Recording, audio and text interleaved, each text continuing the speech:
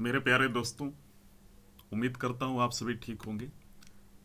और चूंकि जो एग्जामिनेशन आपकी पोस्टपोन हुई तो इस वजह से आपको एक समय भी मिल गया, निश्चित समय, ताकि आप जिन किन्हीं भी बच्चों का एग्ज़ाम छूटा है या जिन कारणों से उनकी प्रिपरेशन नहीं हो पा रही थी या पीछे हो गई थी, वो इस लय को पकड़ सकते हैं और फिर से अपने, हम बोल सकते हैं कि एग्जामिनेशन के प्रिपरेशन के मोड में आ सकते हैं।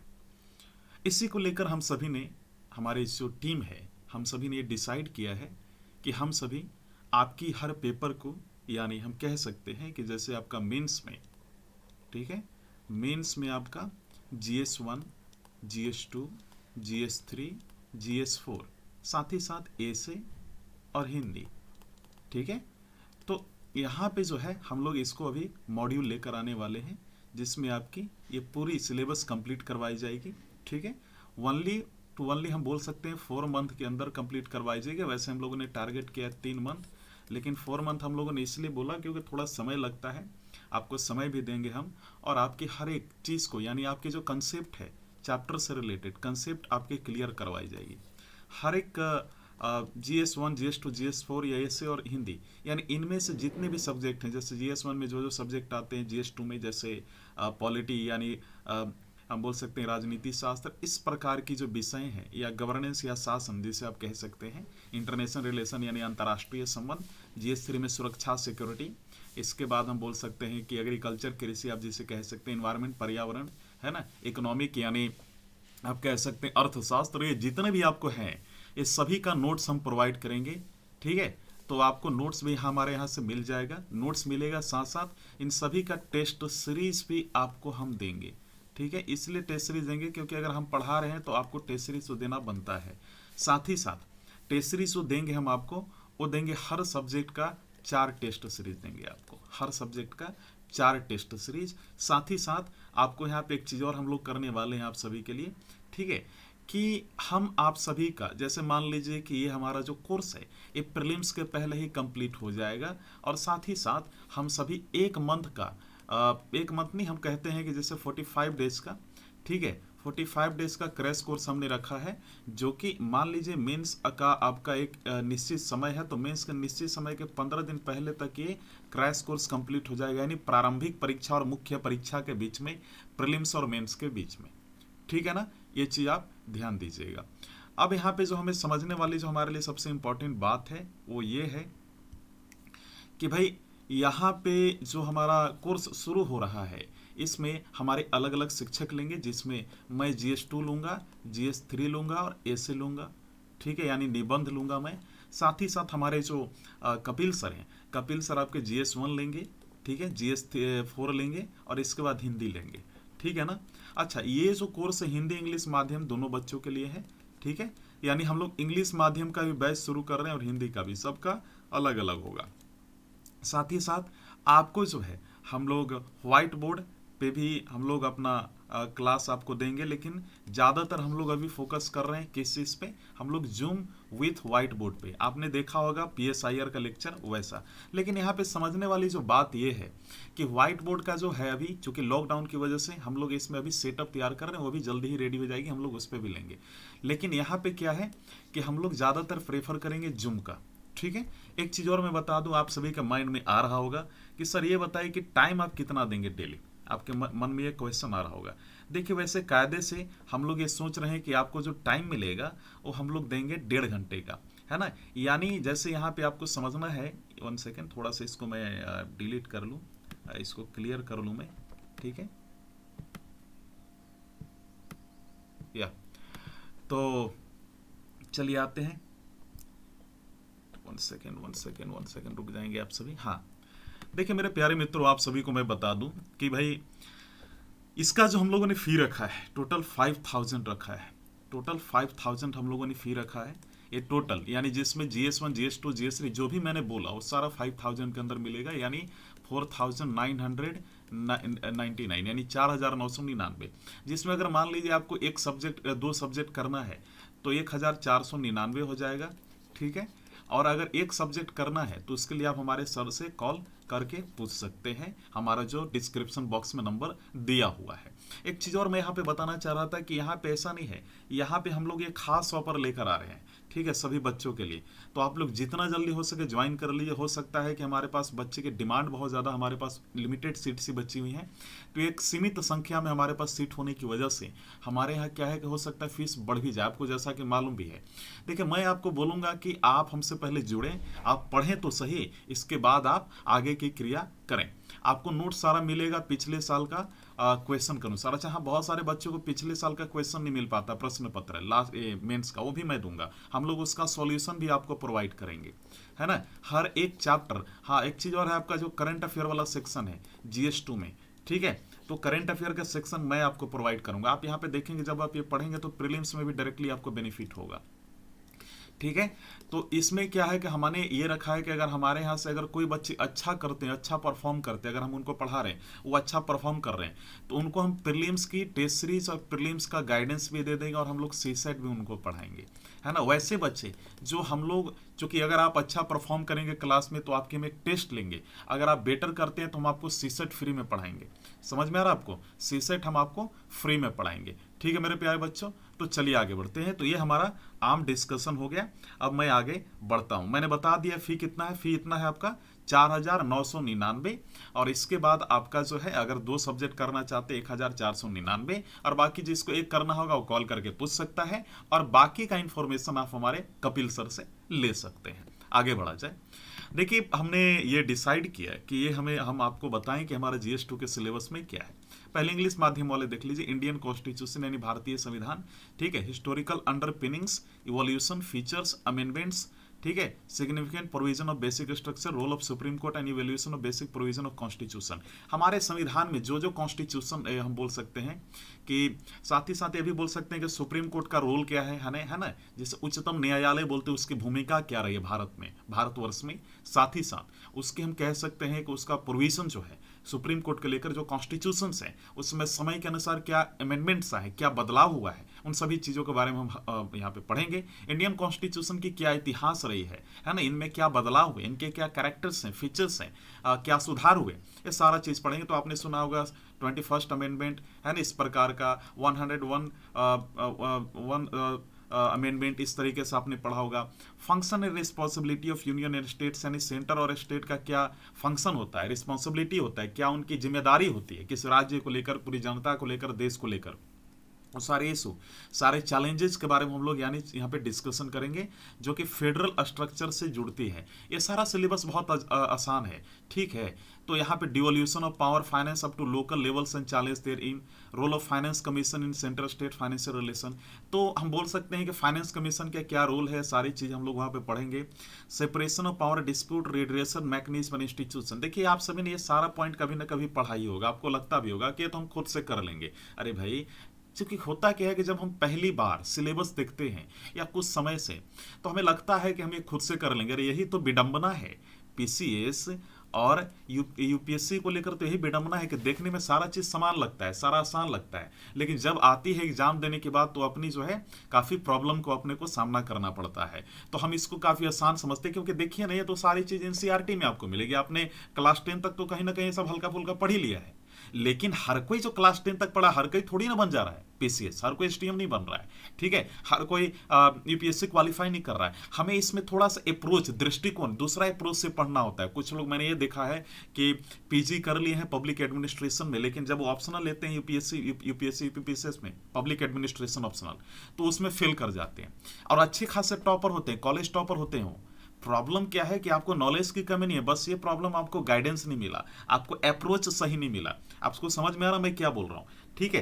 तो ये टारगेटेड बैच है हमारा। हम लोग पार्लियामेंट, ऐसा पार्लियामेंट जो होता है काफ़ी डिफिकल्ट चैप्टर होता है हमारे इंडियन पॉलिटी का, ठीक है, ये हम लोग पढ़ेंगे। एक चीज़ और है, emergency news of alternative dispute redressal mechanism, यानी हमारे समाज में, जो हमारी राजनीति में जो अलग अलग प्रकार की जो तनाव, डिस्प्यूट्स आती रहती हैं, उनका कैसे जन्म होता है, कैसे हम उसको सॉल्व कर सकते हैं, उसके क्या क्या तरीके हो सकते हैं, हम लोग ये सभी उसमें पढ़ेंगे। Comparison of Indian constitution scheme with that other major democratic country. Simple भाषा में बोले तो हमारे देश की जो कॉन्स्टिट्यूशन है उसको दूसरी कंट्री से कॉन्स्टिट्यूशन से हमें थोड़ा सा तुलना करना है, डेप्थ में नहीं करना है, जैसे USA है ना, ऑस्ट्रेलिया, इस प्रकार का, ठीक है, तो हमें ये देखना है। पार्लियामेंट एंड स्टेट लेजिस्लेचर की जब हम बात करते हैं तो इसमें हमें स्ट्रक्चर क्या होता है, पार्लियामेंट का स्ट्रक्चर क्या, फंक्शन क्या है, कोड ऑफ बिजनेस क्या है, पावर और प्रिविलेज क्या है, यानी पार्लियामेंट कैसे चलता है, राज्यसभा लोकसभा, इन सभी चीजों के बारे में डिस्कशन करेंगे।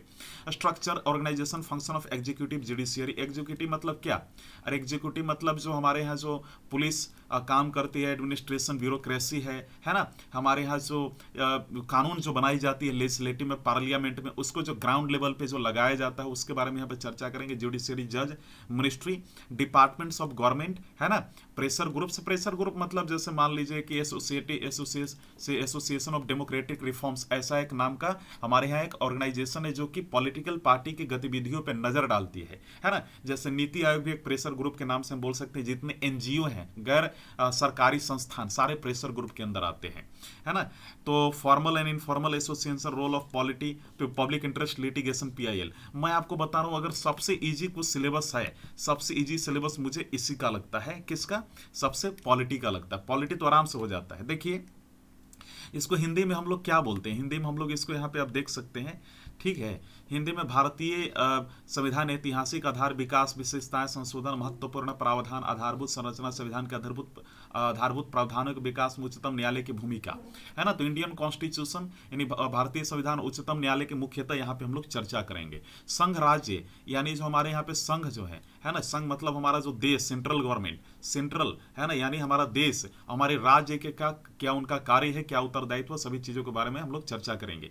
सेंटर और स्टेट, है ना, कभी कभी इनके बीच में डिस्प्यूट्स हो जाता है, झगड़ा हो जाता है। झगड़ा मतलब हम कह सकते हैं तनाव आ जाता है, ठीक है। कि अभी जैसे आप देखते हैं कि वेस्ट बंगाल हमारा और सेंट्रल गवर्नमेंट केंद्र सरकार के बीच में हो गया, तो इस प्रकार सारी चीजों के बारे में हम लोग चर्चा करेंगे। साथ ही साथ ये जो वित्त आयोग है, वित्त आयोग की क्या भूमिका होती है ना, इन दोनों स्टेट्स को लेकर, उन सभी चीजों के बारे में हम लोग चर्चा करेंगे, ठीक है। जो विवाद निवारण संस्थाएं हैं, ये सारी चीजों की सारी जो स्टेट को क्या शक्तियां मिली हैं, राज्य को और केंद्र को क्या मिली, सारी चीजों के बारे में हम लोग चर्चा करेंगे। भारतीय संवैधानिक योजना, अलग अलग देशों में भी बहुत सारे लोकतांत्रिक देश हैं, उनके यहाँ किस प्रकार के संविधान है, हमारे यहाँ किस प्रकार के, क्या कमी है, क्या हमारे यहाँ उनके यहाँ ज्यादा है, क्या कम है, क्या उनके यहाँ बुराई है, क्या अच्छाई है, वो सारी चीज हम अपने आप से तुलना करेंगे। साथ ही साथ संसद, यानी संसद मतलब संसद हमारे यहाँ दो प्रकार का, अपर हाउस, लोअर हाउस, है ना। जैसे हम लोग राज्यसभा और लोकसभा बोलते हैं, ठीक है। इसी प्रकार हर एक स्टेट में विधानसभा होता है, विधान परिषद, इन सारी चीजों के बारे में हम लोग चर्चा करेंगे। कार्यपालिका, न्यायपालिका के बारे में हम लोग चर्चा करेंगे। पब्लिक इंटरेस्ट लिटिगेशन यानी जनहितवाद, इसके बारे में जैसे आपने देखा था अभी अयोध्या का इशू हुआ था या फिर ट्रिपल तलाक का, तो उसमें पीआईएल डाल दिया गया था, है ना, सुप्रीम कोर्ट में, उच्चतम न्यायालय में। तो सारी चीजों के बारे में हम लोग डिस्कशन करने वाले हैं, है ना। Salient feature of representation of people act, इसके बारे में करेंगे, जो कि appointment of various constitutional post है। जैसे मान लीजिए कि एनएचआरसी जो ह्यूमन राइट कमीशन के जो चेयरमैन हो गए, इलेक्शन कमीशन यानी निर्वाचन आयोग के जो चेयरमैन हो गए, इनकी कैसे अपॉइंटमेंट होती है, इस प्रकार के पोस्ट का उनका पावर क्या होता है, उनके हम कह सकते हैं रिस्पॉन्सिबिलिटी क्या होती है, उनकी हम बोल सकते हैं जिम्मेदारी क्या होती है। Statutory, regulatory, quasi judicial bodies के बारे में, नीति आयोग के बारे में चर्चा करेंगे। गवर्नमेंट पॉलिसीज जो आती है, जैसे आपके राज्य सरकार, है ना, जैसे केंद्र सरकार जो स्कीम लॉन्च करती रहती है समय समय पर, उसके बारे में हम लोग चर्चा करेंगे, है ना। और इसके बाद हम लोग गवर्नेंस में यानी शासन प्रणाली, देखिए गवर्नेंस आ गया यहाँ पे, है ना। तो शासन प्रणाली में हम कह सकते हैं किस प्रकार का ट्रांसपेरेंसी होना चाहिए, अकाउंटेबिलिटी। आपने अक्सर सुना होगा कि गवर्नमेंट ऑफिसेस में पारदर्शिता नहीं होती, उनकी जिम्मेदारी नहीं होती है, ये करते हैं, फलना करते हैं, डिगना, इस प्रकार की चीजें आपने सुनी होगी। इन सारी चीजों के बारे में चर्चा करेंगे, क्योंकि आप एक एसडीएम बनने वाले, एक सिविल सर्विस में जाने वाले, एक अधिकारी बनने वाले हैं।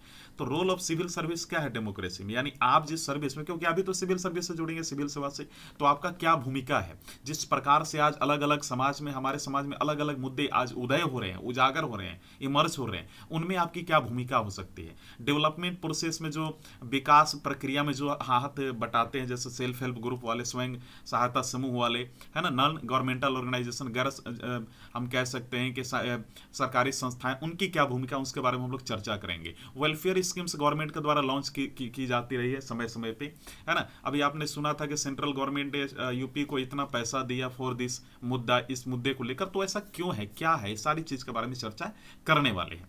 तो डेवलपमेंट और management of social sector services क्या है, हेल्थ, एजुकेशन, ह्यूमन रिसोर्स, सिर्फ इतना ही नहीं, इन्वायरमेंट भी हम यहाँ पे लिखेंगे, क्योंकि यहाँ पे 3 लिखा है तो सिर्फ 3 पे ही हमें सीमित नहीं रहना है, कुछ और मुद्दे पे जाना है ना। एम्प्लॉयमेंट, इन सभी चीजों के बारे में, यानी पर्यावरण और रोजगार, यानी उनका क्या विकास प्रक्रिया होता है, उनकी क्या प्रबंधन होती है समाज को लेकर, स्वास्थ्य को लेकर, शिक्षा को लेकर, मानव संसाधन को लेकर, ये सभी चीजें हम लोग चर्चा करने वाले यहाँ पे हिंदी में दिया है। मेरे प्यारे दोस्तों, issue relating to poverty and hunger, ठीक है, तो ये चीज आप देख लीजिए। तो कुल मिला जुला के जो हमारे इंग्लिश माध्यम के जो बच्चे हैं, आप देख लीजिए, issue relating to poverty and hunger, their implication on body politic India and relationship with neighbouring country, है ना। यानी हमारे यहाँ क्या संबंध है अलग अलग मुद्दों को लेकर, अलग अलग हमारे जो नाइबरिंग कंट्री जैसे नेपाल, पाकिस्तान, बांग्लादेश वगैरह वगैरह, जो अभी और कंट्री है जैसे श्रीलंका वगैरह, bilateral, regional, global groupings agreement, ये पूरा आपका IR का है, अंतर्राष्ट्रीय संबंध का है, ठीक है। देखिए करंट अफेयर यहाँ पे दिया हुआ है, नेशनल, इंटरनेशनल, उत्तर प्रदेश से करंट अफेयर आएगा, पॉलिटिकल, एडमिनिस्ट्रेटिव यानी राजनीतिक, है ना, शासकीय, रेवेन्यू एंड जुडिशियल सिस्टम, इस प्रकार का। तो इंपॉर्टेंट इंटरनेशनल इंस्टीट्यूशन है जैसे WTO, विश्व व्यापार संगठन, UN, यूनाइटेड नेशन, है ना, जिसे आप बोल सकते हैं कि संयुक्त राष्ट्र, इस प्रकार के इंस्टीट्यूशन है, उनके बारे में चर्चा करेंगे। इंडियन डायस्पोरा के बारे में चर्चा करेंगे। डायस्पोरा का मतलब वो होता है कि जैसे हमारे यहाँ जो कुछ लोग होते हैं वो विदेश में जाकर काम करते हैं, उनको डायस्पोरा के नाम से जाना जाता है ना। तो मतलब ये सारी चीज़ों के बारे में हम लोग डिस्कशन करने वाले हैं। हिंदी में आप देख सकते हैं, गरीबी, भूख संबंधित विशेष ये विषय एवं राजनीतिक व्यवस्था और इनका निहितार्थ है। अच्छा, ई गवर्नेंस एक मुद्दा है। ई गवर्नेंस क्या होता है, यहाँ पे देखिए शासन प्रणाली को जरिए इंटरनेट, शासन चलाने के लिए इंटरनेट का माध्यम बनाना, इंटरनेट की मदद लेना ही गवर्नेंस कहलाता है। ये तो मैंने बहुत शॉर्ट में बोला, बहुत डिटेल में पढ़ना मेरे प्यारे दोस्तों। आगे बढ़ा जाए। देखिए ये तो हमने GS2 का सिलेबस चर्चा किया, मैं इसलिए थोड़ा सा तेजी से बढ़ रहा हूँ क्योंकि आपने सिलेबस देखा ही होगा, है ना। सिलेबस अगर हम वैकल्पिक विषय का डिस्कशन करते हैं तो वो थोड़ा उचित होता है क्योंकि वो आपके लिए नया होता है। ये तो मैंडेटरी है, आपके लिए अनिवार्य है इसको पढ़ना, तो आपने पढ़ा ही होगा। बाकी जब आप क्लास ज्वाइन करेंगे तो मैं आपको बढ़िया से एक बार और सिलेबस समझाऊंगा। मेरे प्यारे दोस्तों, इकोनॉमिक प्लानिंग इन इंडिया, है ना, हमारे यहाँ आपने सुना होगा जैसे ही देश आजाद हुआ तो 5 ईयर 5 वर्षीय योजना बनाई गई, 5 ईयर प्लान। उन सारी चीज़ों के बारे में यहाँ पे डिस्कशन, उसका गोल क्या था, उद्देश्य क्या था, क्या हासिल किया, वो सारी चीज़ें हम लोग करेंगे। नीति आयोग की क्या भूमिका है, national institute of transforming India, ये सारी इसकी फुल फॉर्म होती है ना। सस्टेनेबल डेवलपमेंट गोल क्या होता है, इससे संबंधित सारे मुद्दे को चर्चा करेंगे। गरीबी क्या है ना, अनएम्प्लॉयमेंट, बेरोजगारी क्या है, समाज न्याय, सामाजिक न्याय क्या है ना, इस बारे में हम लोग डिस्कशन करने वाले हैं, ठीक है। गवर्नमेंट जो बजट तैयार होता है फरवरी में आ जाता है। फाइनेंशियल सिस्टम जो होता है, वित्त प्रक्रिया, वित्त संयंत्र, इन सभी चीज़ों के बारे में हम लोग चर्चा करेंगे। हमारे यहाँ मेजर फसल कौन है, ना कि हमारे यहाँ बल्कि पूरे विश्व में भी जो सेलेक्टेड कंट्रीज है, चयनित देश जैसे USA, रसिया, चाइना, जिनसे हमारा अच्छा खासा व्यापार है, उन्हीं के यहाँ पे, उन्हीं के बारे में थोड़ा वहाँ का फसल क्या उसके बारे में पढ़ना है। हालांकि ज़्यादातर हमें फोकस अपने देश के बारे में करना है और हम भी यही देखेंगे कि अलग अलग जैसे फसल हैं उनका विश्व में कितना उत्पादन है, कौन देश सबसे पहले है किसी खास अनाज को लेकर, उत्पादन को लेकर। इरिगेशन यानी सिंचाई के अलग अलग साधन के बारे में चर्चा करेंगे, है ना। स्टोरेज और ट्रांसपोर्ट, है ना, जो खाद्यान्न है, और हम जैसे बोल सकते हैं परिवहन के बारे में चर्चा करेंगे। जो कृषि के उत्पाद हैं इसके बारे में चर्चा करेंगे, एग्रीकल्चर प्रोडक्ट। टेक्नोलॉजी का यूज करके, तकनीक का यूज करके फार्मर कैसे अपना फायदा उठा सकते हैं, क्या उनको परेशानियों का सामना करना पड़ता है, सभी चीज़ों के बारे में चर्चा करेंगे। गवर्नमेंट समय समय पर डायरेक्ट और इनडायरेक्ट सब्सिडी देती रहती है। मिनिमम सपोर्ट प्राइस का मुद्दा उठा था, अभी आपने देखा था, जो हमारे किसान भाई थे वो वहाँ पे इन्होंने मुद्दा उठाया था। पब्लिक डिस्ट्रीब्यूशन सिस्टम को लेकर हम लोग चर्चा करेंगे कि पब्लिक डिस्ट्रीब्यूशन यानी सार्वजनिक जो वितरण प्रणाली है, इसका क्या उद्देश्य होता है, इसका क्या काम होता है, क्या इसके अधिकार हैं, कैसे ये समाज में काम करते हैं। Issue of buffer stock and food security, कैसे बफर स्टॉक और फूड सिक्योरिटी यानी खाद्य सुरक्षा को लेकर पढ़ेंगे। टेक्नोलॉजी किस प्रकार से एग्रीकल्चर कृषि क्षेत्र में ज्यादा बढ़ाया जाए कि एग्रीकल्चर कृषि क्षेत्र बेहतर हो, इन सारे मुद्दों के बारे में हम लोग चर्चा करने वाले हैं। मेरे प्यारे मित्रों, फूड प्रोसेसिंग यहाँ पे आप देख रहे हैं। फूड प्रोसेसिंग मतलब होता है क्या कि खाद्यान्न प्रक्रिया यानी खाद्य प्रक्रिया, है ना, उससे रिलेटेड जो इंडस्ट्री है, उद्योग है, उनके बारे में हम लोग चर्चा करेंगे। उनकी क्या उम्मीद होती है, क्या उनकी महत्वता होती है, क्यों, कहाँ पे। अब देखा, ऐसा तो नहीं है कि कहीं पे इंडस्ट्री कहीं पे खोल दिया, लोकेशन उनके लिए चूज किया जाता है, ठीक है ना। उनके लिए क्या क्या रिक्वायरमेंट्स हो सकती है ना, वो कैसे अपना प्रोडक्ट जन मानस के बीच में पहुंचाएंगे। लैंड रिफॉर्म इंडिया में हुआ था, आपको मालूम है, 1951 में, है ना। लैंड रिफॉर्म हुआ था 1951 में, 1951 में। उन सभी चीज़ों के बारे में पढ़ेंगे भारत की आज़ादी के बाद। अच्छा, 1991 में हमारे यहाँ उस समय जो वित्त मंत्री थे, फाइनेंस मिनिस्टर 1991 में मनमोहन सिंह जी ने, तो उन्होंने क्या किया था उस समय एलपीजी लागू किया था, है ना। एलपीजी यानी लिबरलाइजेशन, प्राइवेटाइजेशन, ग्लोबलाइजेशन, इसका मतलब होता है उदारीकरण, निजीकरण, वैश्वीकरण, है ना। तो liberalisation, globalisation on the economy, changes in the industrial policy and the effects of industrial growth. तो देखिए यहाँ पे जानते हैं एक चीज़ और इसमें डिस्कशन करना पड़ता है कि यहाँ पे तो हल्का फुल्का मान लीजिए चीज़ दिया है, लेकिन मैं आपको बता दूं कि कुछ और चीज़ें हैं जो बहुत इंपॉर्टेंट हो जाती है। जैसे 1930 में एक बहुत बड़ी महामंदी आई थी पूरे विश्व में, उसके बारे में हम लोग पढ़ेंगे, क्योंकि इकोनॉमिक्स है, अर्थशास्त्र तो पढ़ना ही पड़ेगा। लेमन क्राइसिस यानी लेमन का संकट हुआ था 2008 में, ठीक है, यूएसए में ये मुद्दा बहुत बड़ा था। तो वो सारी चीज़ों के बारे में पढ़ेंगे, इन्फ्लेशन, है ना, यानी मुद्रास्फीति, फिस्कल पॉलिसी यानी राजकोषीय नीति, सारी चीज़ें पढ़ेंगे। यहाँ तो सिर्फ आपको एक टॉपिक दिया गया, इसके अंदर न जाने सब टॉपिक कितने हैं, ठीक है, ये चीज़ देखना है। अच्छा, करंट अफेयर से ज़्यादातर देखेंगे जो मेंस में क्वेश्चन आता है, करंट अफेयर से लिंक आता है, समसामयिकी से लिंक्ड क्वेश्चन जो हम बोल सकते हैं मुख्य परीक्षा में आती है। तो ये सब पढ़ेंगे तो ठीक है, लेकिन कभी कभी ये सब पढ़ने के बाद भी आपको इसमें से क्वेश्चन बहुत कम आता है। तो ज़्यादातर करंट अफेयर समसामयिकी से आता है। तो कैसे हम लोग लिंक करें कि यही क्वेश्चन आए, कुछ गेस हम लोग करेंगे, है ना। और मैं हम लोग इसलिए गेस कर रहे हैं क्योंकि हम लोग को लग रहा है कि नहीं, हमें हमारा जो अनुभव है जो पिछले 7-8 सालों या 9 सालों का, वो काम कर रहा है, ठीक है, क्योंकि हम लोग का एक लंबा अनुभव रहा है। हिंदी में देख लीजिएगा मेरे प्यारे बच्चों, इंफ्रास्ट्रक्चर, ठीक है ना, इंफ्रास्ट्रक्चर देखिए, एनर्जी, पोर्ट्स यानी ऊर्जा, बंदरगाह, रोड्स, एयरपोर्ट्स, है ना, रेलवेज, इन सारी चीज़ों के बारे में जानकारी लेंगे, क्योंकि ये भी बहुत इंपॉर्टेंट है किसी देश के विकास के लिए। विज्ञान और तकनीकी से संबंधित कुछ मुद्दे हैं, तो उसका विकास कैसे होता है, हर हमारे जीवन में इनका क्या उपयोग है ना। नेशनल सिक्योरिटी को लेकर हम लोग चर्चा करेंगे कि साइंस एंड टेक यानी विज्ञान प्रौद्योगिकी का राष्ट्रीय सुरक्षा में क्या महत्व है। भारत की जो कुछ नीति है, जैसे हम बोल सकते हैं विज्ञान और प्रौद्योगिकियों को लेकर, है ना, जैसे हम बोल सकते हैं साइंस एंड टेक्नोलॉजी को लेकर, वो क्या है।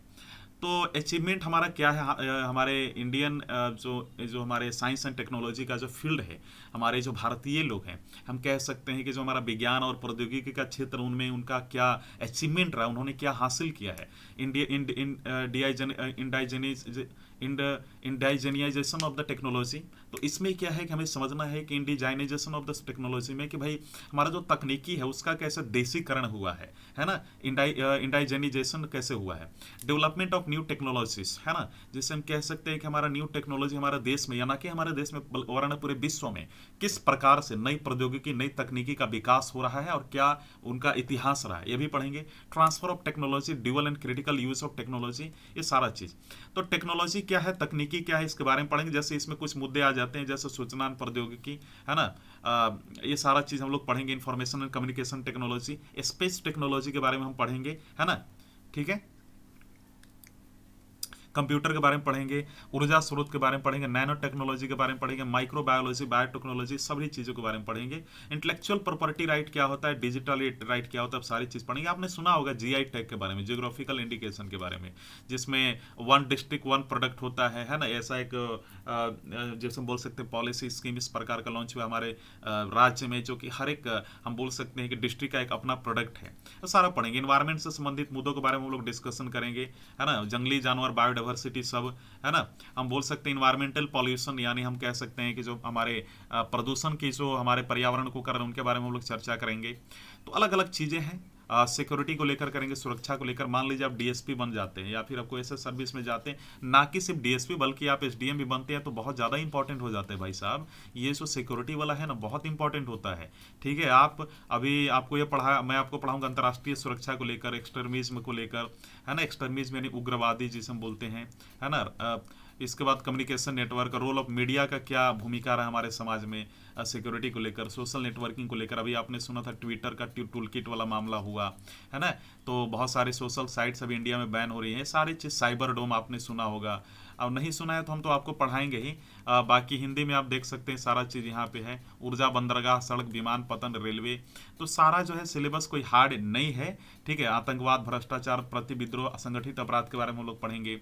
साइबर सिक्योरिटी, कंप्यूटर से संबंधित जो इंटरनेट से सिक्योरिटी जो सुरक्षा होता है उसके बारे में। मनी लॉन्ड्रिंग, ह्यूमन ट्रैफिकिंग यानी black money laundering, human trafficking जैसे आप इसे हिंदी में क्या बोलते हैं, एक प्रकार का जैसे हम बोलते हैं यहाँ पे आप देख सकते हैं प्रति विद्रोह, संगठित अपराध, ये सारी चीज़ें। ह्यूमन ट्रैफिकिंग मतलब ये होता है कि एक जैसे एक जगह से इंसान को दूसरे जगह भेजा जाता है, जैसे महिलाओं को, लड़कियों को किडनैप करके भेजा जाता है, कुछ छोटे बच्चों को भेजा जाता है, इन सारी चीज़ों के बारे में। ब्लैक मनी का जो मुद्दा है, काला पैसा का, उसके बारे में हम लोग चर्चा करेंगे। हमारे देश की जो आंतरिक सुरक्षा की जो चुनौतियां हैं, जैसे आतंकवाद, भ्रष्टाचार, है ना, प्रति विद्रोह, संगठित क्राइम, संगठित हम बोल सकते हैं कि भाई अपराध, इन सारी चीज़ों के बारे में चर्चा करेंगे। सिक्योरिटी फोर्स में कौन कौन आता है? Assam rifles, CISF, ITBP, BSF, SSB, है ना, इन सारे लोगों का, एनएसजी, है ना। इसके बाद हम बोल सकते हैं अलग अलग प्रकार के जो सर्विसेज हैं, जैसे सीआरपीएफ, इनका क्या हम कह सकते हैं कि एक रोल है, भूमिका है, क्या इनका प्रकार होता है, कैसे काम करती हैं, और हमारे यहाँ पे सबसे बड़ी सुरक्षा एजेंसी कौन है, मतलब बोल सकते हैं डिफेंस ऑर्गेनाइज सुरक्षा संगठन कौन है, तो आर्मी है। इन सारी चीज़ों के बारे में, और आर्मी के अलावा भी बहुत सारे जैसे रॉ हो गया, इन सभी चीज़ों के बारे में हम लोग चर्चा करेंगे। स्पेसिफिक नॉलेज अब उत्तर प्रदेश, नहीं उत्तर प्रदेश हमारे राज्य की जो अर्थशास्त्र है उसके बारे में आपको खास नॉलेज होना चाहिए, जैसे बजट को लेकर, है ना, हमारे यहाँ जो कृषि के क्या महत्व है, कृषि से संबंधित, उद्योग से संबंधित, है ना, फिजिकल रिसोर्सेज जो हमारे यहाँ है, जैसे कोई खनिज उनके उनसे संबंधित, ठीक है, मानव संसाधन संबंधित, मानव संसाधन की कुशलता कौशलता से संबंधित, सरकार की प्रोग्राम जो स्कीम्स लॉन्च हो रही, योजना उसके बारे में, कल्याण योजना जो हो रही है उसके बारे में। हमारे यहाँ पे हमारे राज्य में, और ना कि पूरे हमारे राज्य में बल्कि पूरे देश में, कृषि से संबंधित क्या मुद्दे हैं, राज्य के मुद्दे क्या हैं कृषि से संबंधित, हॉर्टिकल्चर, फॉरेस्ट्री, है ना, जंगल, एनिमल हस्बेंड्री, हमारे यहाँ कानून और law and order, civil defence, जितने भी हैं उत्तर प्रदेश से संबंधित मुद्दे, सभी के बारे में चर्चा करेंगे। ठीक है ना। उत्तर प्रदेश के विशेष संदर्भ में कानून एवं व्यवस्था, हम जिसे कह सकते हैं कि भाई जिसे आप एक सिंपल लैंग्वेज में कह सकते हैं कि उसके व्यवस्था और नागरिक सुरक्षा से कुछ मुद्दे हैं हम लोग जो उसके बारे में चर्चा करने वाले हैं। ठीक है ना। चलिए आगे बढ़ा जाए। मेरे प्यारे बच्चों, आप यहाँ पे देखें, बहुत इम्पॉर्टेंट है कि भाई एसे का, चूंकि मैंने बोला कि मैं एसे भी आपको पढ़ाऊंगा, तो देखिए एसे का सिलेबस क्या होता है। आप हिंदी, अंग्रेजी, उर्दू में लिख सकते हैं। जब आप फॉर्म भरते हैं तो आपको वहाँ पे ऑप्शन मिलता है आप किस में ऐसे लिखना चाहेंगे।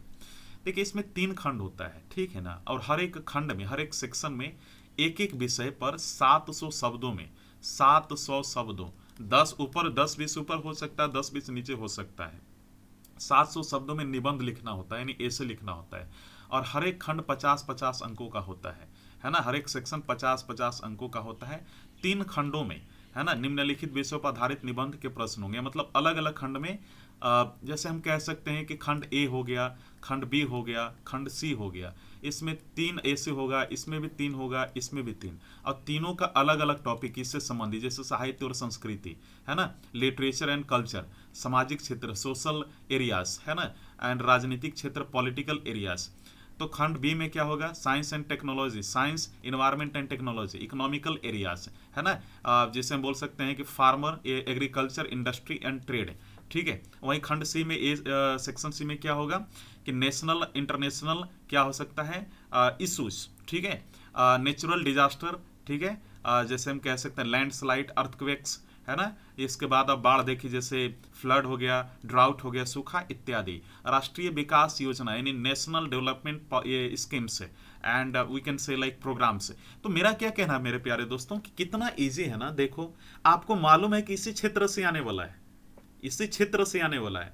मुझे सबसे आसान ये पेपर आपका लग रहा है, मतलब इसमें कोई अलग से तैयारी ही नहीं करना है। रोजाना उद्धरण देख लो, है ना, यानी कोटेशन देख लो, ठीक है, इस टॉपिक से संबंधित, ठीक है, इस टॉपिक से संबंधित कोटेशन याद कर लो।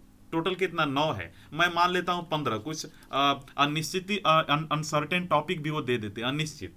तो आप मान लीजिए 15 कोटेशन 15 एरिया से याद कर लीजिए, 2-2 आराम से याद हो जाता है। रोजाना भी अगर हम देखेंगे 2 मिनट निकाल के तो याद हो जाता है। और आपको मैं एक बता दूंगा फ्रेमवर्क की कैसे ऐसे लिखना है, इतना आसान बताऊंगा कि आपको उसके लिए कोई खास तैयारी ही नहीं करना है। बस जो आप स्टैटिक पढ़ेंगे, यानी ज्योग्राफी और भूगोल, ये सब जो किताब, जो मतलब सब्जेक्ट है, विषय, वो पढ़ेंगे, उसी से हो जाएगा। तो क्यों टेंशन लेना है, ठीक है। और अगर आपका ऑप्शनल है तो ऑप्शनल भी इसमें काफ़ी हेल्प करता है। तो आप देख सकते हैं यहाँ पे ये सारा चीज़ है ना, ये देख लीजिए आप। तो कुछ क्वेश्चन हम देख लेते हैं, जैसे ऐसे का कुछ क्वेश्चन मैंने निकाला है जो देख लीजिए। पहला तो है कि सोशलिस्ट इन ऑफ लिटरेचर, यानी साहित्य की सामाजिकता। अब कैसे लिखें ऐसे टॉपिक है? तो टॉपिक दो प्रकार का होता है, एक जनरल होता है, एक एब्स्ट्रैक्ट होता है। जनरल का मतलब होता है और इंडिया और वर्ल्ड पे भी डिपेंड होता है। तो जब भी ऐसे लिखे तो देख लेंगे भारत पे भी डिपेंड है या विश्व पे डिपेंड है। समझ में आ रहा है ना? जनरल होता है, कुछ एब्स्ट्रैक्ट होता है, यानी सामान्य कुछ ऐसे होता है जैसे 21वीं सदी में जाति प्रथा, इस प्रकार का, भारत में चुनाव सुधार, जल प्रदूषण। लेकिन कुछ एब्स्ट्रैक्ट होते हैं, जैसे कि भारत की एक ही संस्कृति है, वो है कृषि। जैसे सरदार वल्लभ भाई पटेल ने बोला था, the only culture of India is agriculture. तो इस प्रकार के टॉपिक हम बोल सकते हैं एब्स्ट्रैक्ट हो सकता है ना? जैसे एक टॉपिक था कि भूलना अच्छा है पर याद रखना उतना ही कठिन, एक प्रकार के ऐसे का टॉपिक है ना?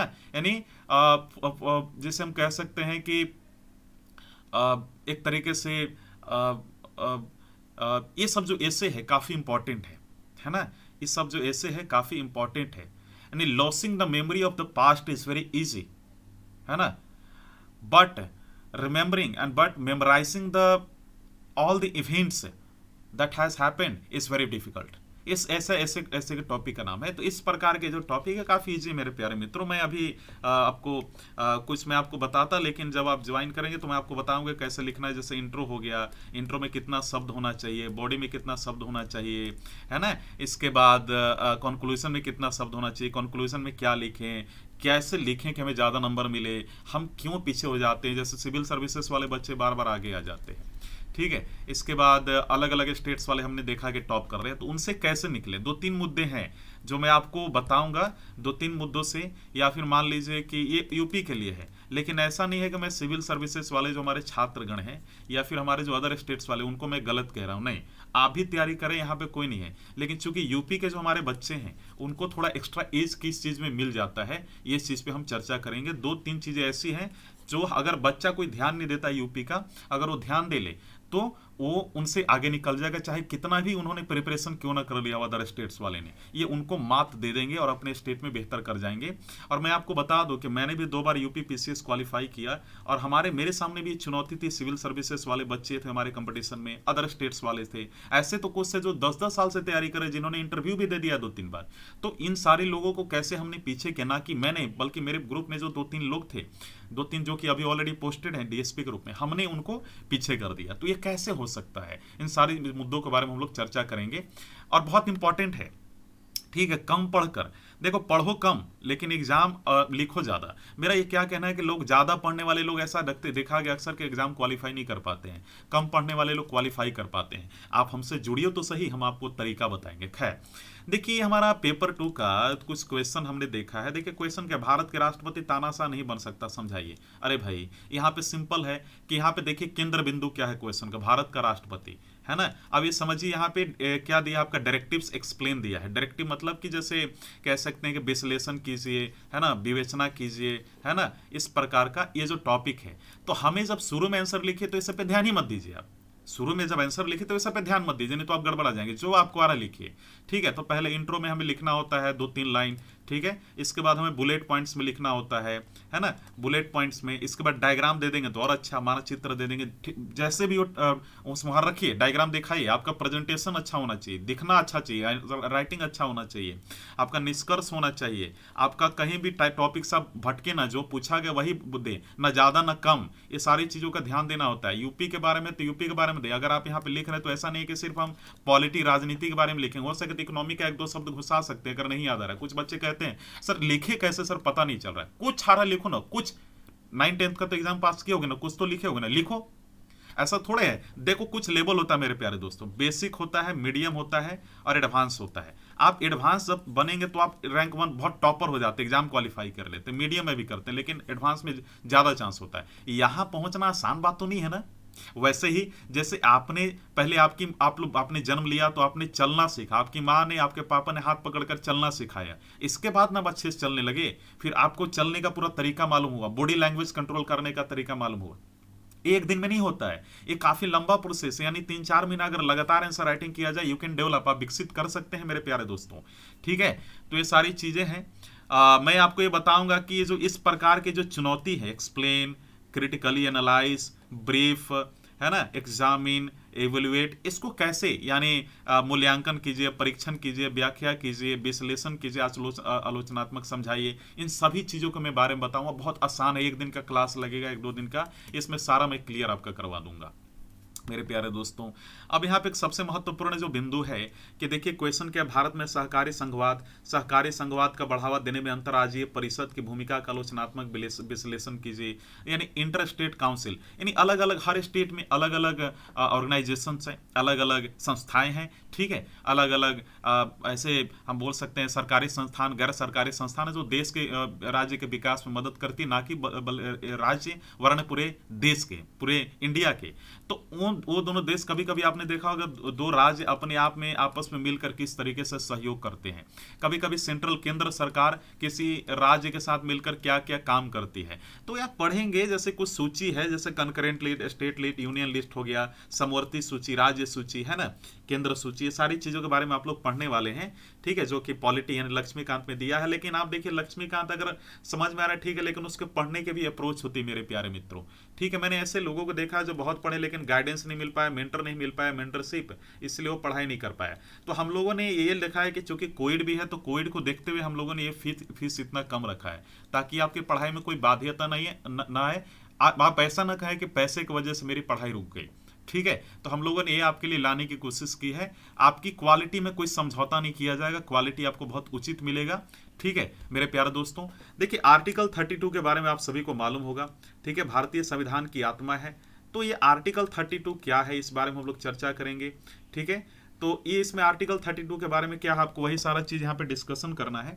लेकिन एक अगला जो क्वेश्चन है, जैसे उत्तर प्रदेश से संबंधित भी आ जाता है कभी कभी, ठीक है, तो ये सारी चीजें देखना है। देखिए मैं अभी लास्ट ईयर के क्वेश्चन का विश्लेषण नहीं कर रहा हूँ, इसलिए नहीं बता रहा हूँ कि कितना क्वेश्चन आता है।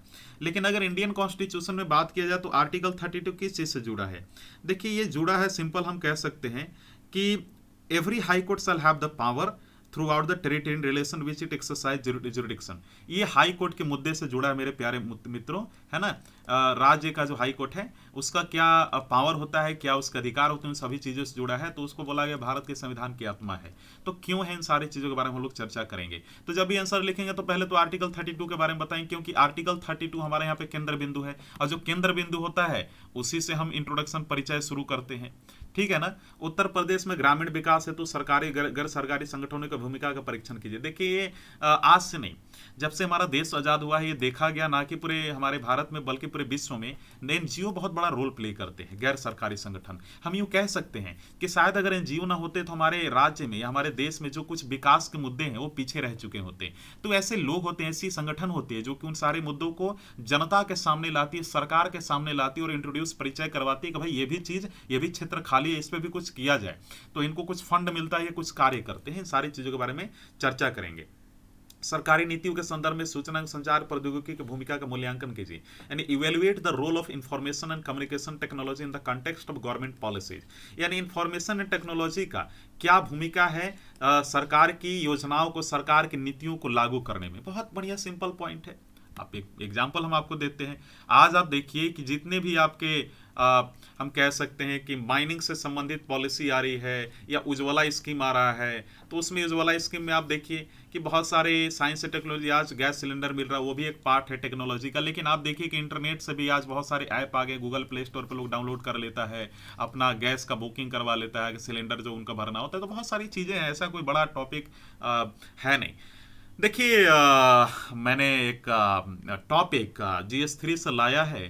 तो देखिए सिक्योरिटी से, सुरक्षा से है, दिया है कि narco terrorism is threat to India से इंटरनल सिक्योरिटी, डिस्कस इट, है ना। यानी नार्को टेररिज्म भारत के लिए बहुत खतरा है, मतलब खतरे का विषय है, इस बारे में आप चर्चा कीजिए। देखिए आपको ये समझना होगा कि नार्को टेररिज्म क्या है। मैं हल्का फुल्का बता देता हूं।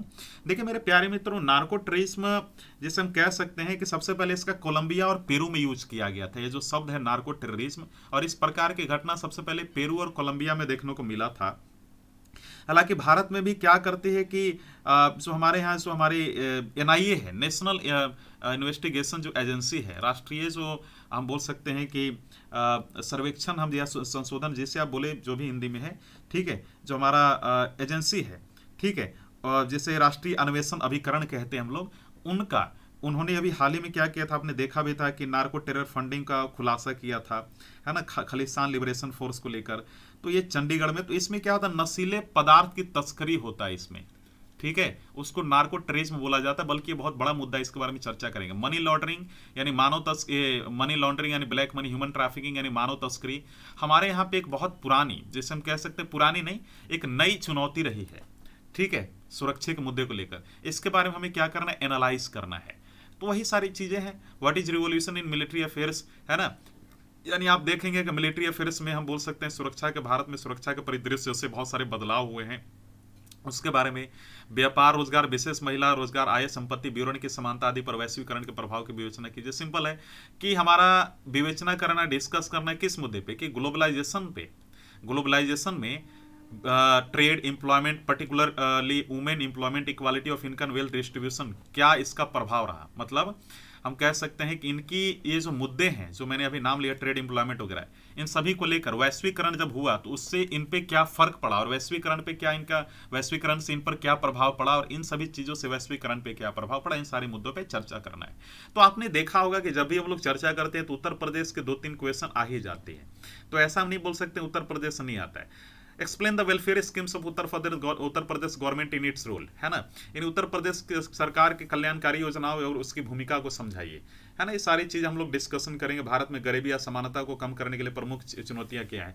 देखिए, एक मालथ्यूसियन नाम के, आप जब क्लास 11 के इंडियन सोसाइटी भारतीय समाज नाम का एक किताब है, उसको पढ़ेंगे तो आप मालथ्यूसियन का, मालथूस का नाम सुनेंगे। उन्होंने बताया था कि हमारे देश में लोग इसलिए ज्यादा गरीब हैं कि जनसंख्या कोई मुद्दा नहीं है गरीबी का। उन्होंने ये बताया था, population is not a issue of poverty, but the main issue of poverty is the inequality of income. There are the rich becoming more rich and the poor becoming more poor. So this is the main reason. उन्होंने बोला था कि हमारे समाज में जनसंख्या मुद्दा नहीं है गरीबी का, बल्कि हमारे यहाँ जो अमीर लोग हैं अमीर होते जा रहे, गरीब लोग गरीब होते जा रहे हैं। हम कह सकते हैं कि हमारे यहाँ आय और हमारे यहाँ जो इनकम है उसकी असमानता है, बहुत बड़ा गैप है, खाई है, ये एक बहुत बड़ा मुद्दा है। तो इन सारी चीज़ों के बारे में हम लोग चर्चा करेंगे।